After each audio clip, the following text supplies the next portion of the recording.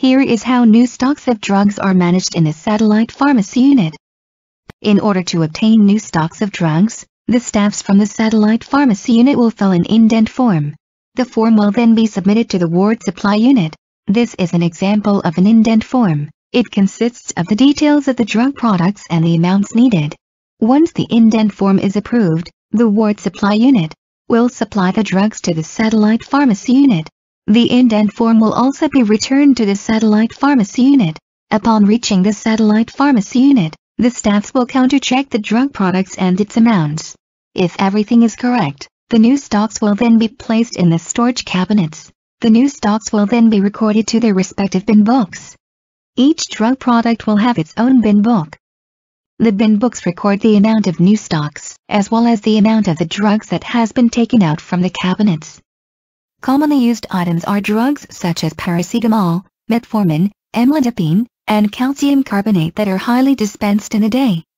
These drugs are stored in medication trolley, which is openly as a picture on the side. This is to facilitate filling of medication for it to be faster. The examples of drugs are in tablets, capsules, and oral liquids. These drugs are packed in unit dose before stored in the trolley. The bin in the medication trolley is color-coded. Each bin also labeled with name of the drugs and strength of the drugs.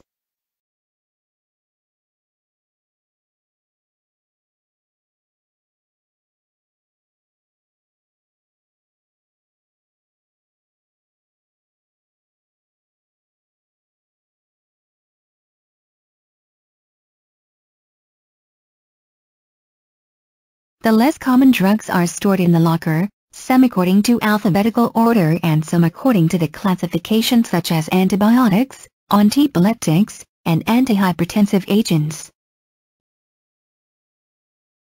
For intravenous injection, they are stored in room temperature on specified cabinet. Now let's proceed to the storage of dangerous and psychotropic drugs. All the dangerous and psychotropic drugs should be kept in a cabinet which shall remain locked. The cabinet shall be so constructed and with reasonably sufficient security measures in order to prevent theft.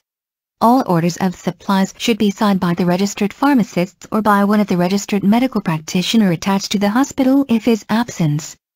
The dangerous and psychotropic drugs should be dispensed only for the use of the individual patient. Fridge item is stored in a fridge which has temperature up to 2 degrees Celsius. Most of the medication will have expiry date of 30 days after breaking the cold chain, depend on the stability of drugs. So, these medication can be dispensed in the patient bin. However,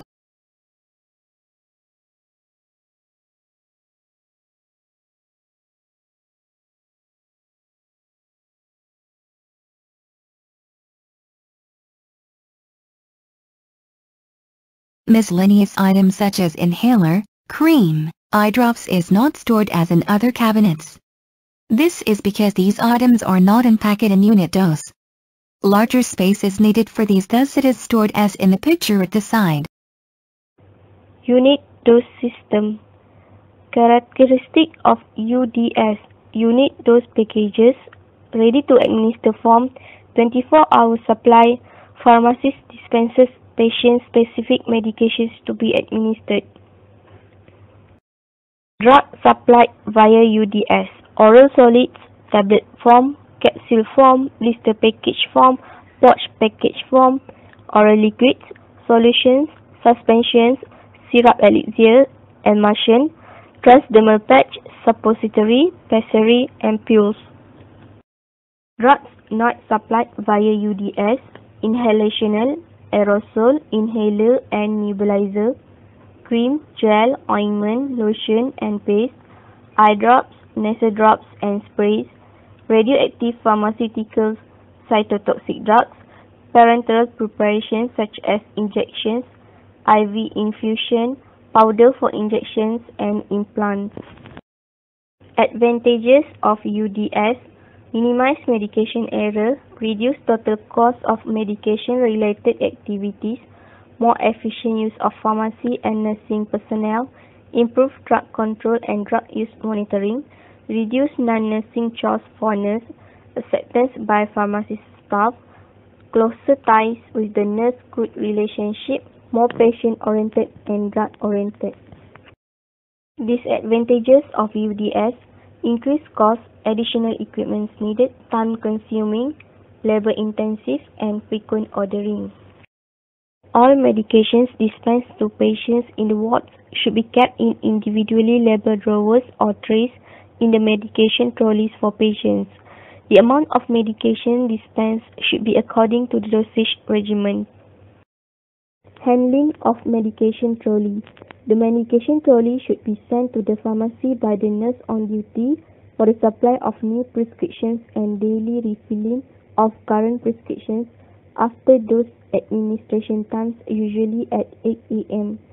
The trolley has to be collected by ward staff before the next dose administration time at 12 noon. Filling of prescription is done by pharmacist or pharmacist assistant and is counter-checked by another pharmacist. Amount of medication and frequency must be recorded in CMR. One patient, one bin, and these are the example of administration time. For eye or ear drop solutions or creams, the total volume or weight supplied must be recorded in the amount column and stamped with telah dibekal pada. For PRN doses, the medications are placed at the back of the individual bin. For psychotropic medications, exchange basis drugs and floor stock items need not be done in a unit dose manner, and the prescription should be stamped with exchange basis, use psychotropic stock, or use floor stock. Use the selesai stamp after the prescriptions have been supplied in full. If the dosage forms of the medication are changed from injection to oral, the change to oral stamp should be used and vice versa. Labeling requirement of unit dose system include name of drug, strength of drug, batch number, and expiry date. There are two fully registered pharmacists in this satellite pharmacy which will basically be in charge of the screening of prescription and intervention with doctors should there be any errors. We will also counter-check the medication trolley before release them to the nurse. And as the head, the responsibility also includes the admin and also the approval of holidays of the staff under me. For government hospital, we also take in PRPs, one or two of them. They will learn what a pegawai pharmacy is supposed to do and also the running of a satellite pharmacy in whole. Currently, this PRP is doing CMR charting. The basic role of the assistant pharmacy, there's actually three, which is actually to indent the medication, to fill the prescription, as well as to check the medication. There will be three penolong pegawai pharmacy here, and one will consisting of one which is the more senior. Each has different role, and basically for the senior, she'll be in charge of the IV preparation, whereas the another junior pharmacist she'll be mostly in charge of the tablet form. And lastly, another junior assistant, she will be in charge mostly on the cream as well as lotion. This is our pembantu pegawai kesihatan. He's mainly in charge of making the medication to become unidose. And his main task is actually to packaging the medication as well as to label the medication. Other than that, he will be also splitting the medication. For example, aspirin 300 mg. Is in a ready-made form, but then when the prescription came for 150 mg, he will be in charge to split that medication into half.